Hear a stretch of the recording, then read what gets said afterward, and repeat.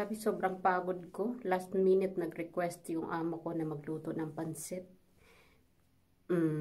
Na-miss daw nila ang pansit. Kasalanan ko din kasi. Inintroduce ko sa kanila yung pansit.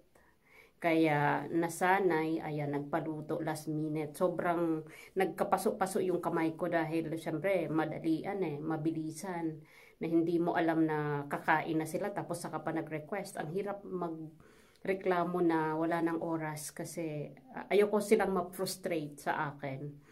Alam nila na I was been always a good person o a good helper to them. So, I did my best. Nagkapaso-paso ang kamay ko. Buti na lang nandyan si Bihot, tagahiwa ng ingredients at tagahiwa ng mga iba pang dapat hiwain like yung hipon kasi ang gusto pa naman nila hipon, ayaw nila ng ibang sahog.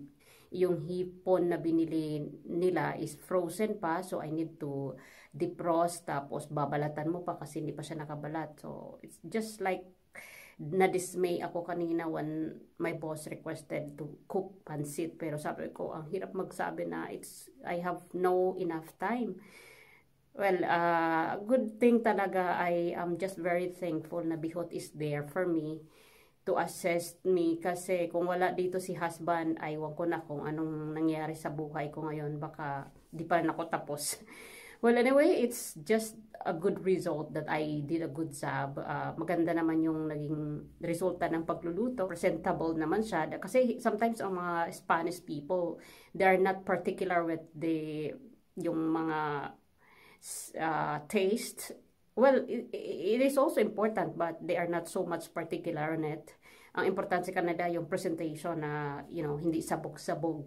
Kasi yun ang nakakapagdagdag appetite sa kanila if you present the menu in a very nice presentation. Mahilig sila. Ang European culture one of the European culture is to present their food very pleasing kasi add up yan sa kanilang appetite.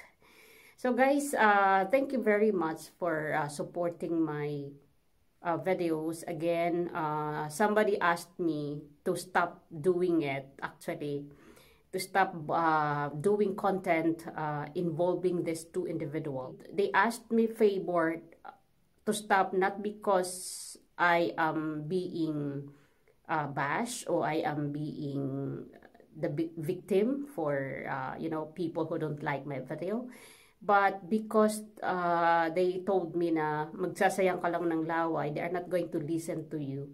They are not even listening to other people, important people, even some profile people like Chavez, like celebrities, lawyers, doctors, the netizen.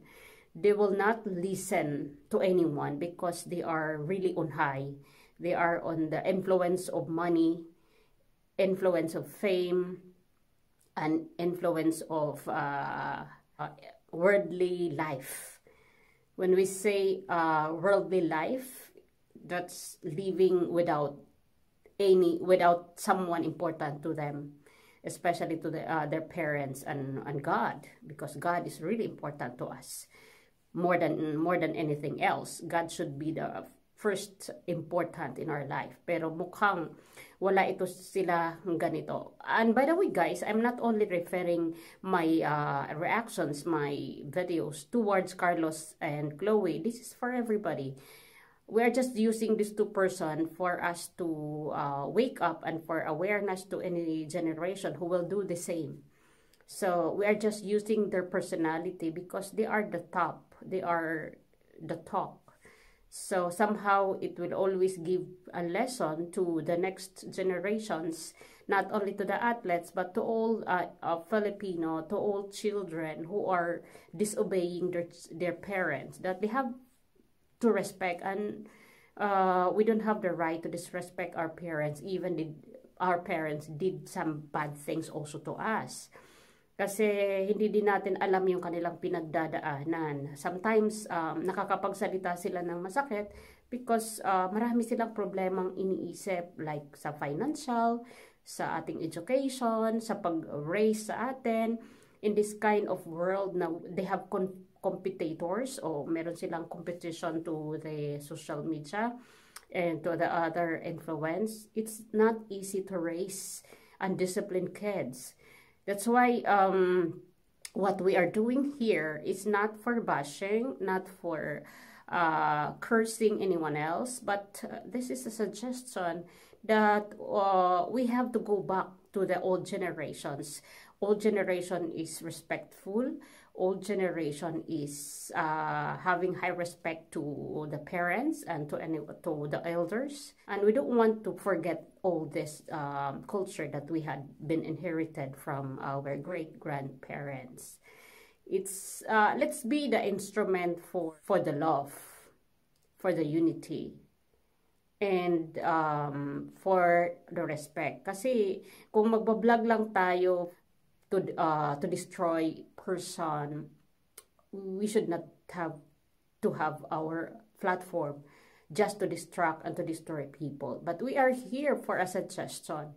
I think I'm doing great. I think I'm not that kind of blogger that want to destroy anyone else. In fact, I am here projecting on my channel to educate some children in their time now, that they have really to listen to the elders. Kasi kumbaga marami pa rin talagang nalalaman ang mga elders kaysa sa kanila na papunta pa lang doon sa pupuntahan nilang journey.